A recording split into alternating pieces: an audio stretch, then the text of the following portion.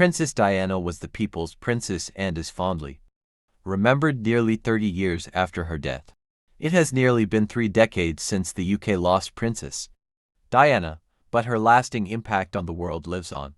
Known as the people's princess, Diana was just 36 at the time of her death. She died from injuries sustained in the early hours on the 31st of August 1997. The Princess of Wales was traveling through Paris in a car with boyfriend, filmmaker Dodi Fade, along with her driver, Henry Paul, and Fade's bodyguard Trevor Rhys-Jones, when they were chased by 9 journalists through the Pont de l'Alma underpass, and something went wrong. It was reported at the time that Paul lost control of the car and crashed into a column in the underpass, killing himself and Fade instantly, while Diana and Rhys-Jones were critically injured. Firefighters arrived at the scene, where Diana's last words, "Oh my God, what's happened?" were heard. Sadly, there was nothing that could be done, and she died at 4 a.m. in hospital because of her untimely death. There is a whole generation of people who have no idea who she was and why she was so loved. For instance, she publicly shook the hand of an AIDS patient, which destigmatized the illness. She was also incredibly into her charitable works, particularly when it came to children.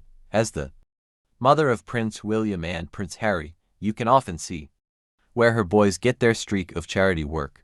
When she was alive, the princess was so adored by the public and press that when she walked into a room, she tended to tilt her head downwards. This was because as soon as she lifted her head and revealed her face from under her hat, there would be a barrage of photographers with blinding lights.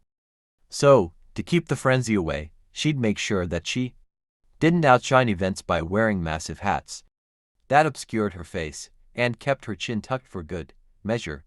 Her death rocked the nation, and Brits saw young Harry and William grieving too. During an interview with ITV in January 2023, Harry opened up about the grieving process and the crowds that gathered outside of Kensington Palace. "Everyone knows where they were and what they were doing the night my mother died," he said. "I cried once at the burial, and I go into detail about how strange it was and how actually there was some guilt that I felt, and I think William felt as well, by walking around the outside of Kensington Palace. There were 50,000 bouquets of flowers to our mother, and there we were shaking people's hands, smiling. I've seen the videos, right?" I looked back over it all, and the wet hands that we were shaking, we couldn't understand why their hands were wet, but it was all the tears that they were wiping away. Everyone thought and felt like they knew our mom, and the 2 closest people to her, the 2 most loved people by her, were unable to show any emotion in that moment.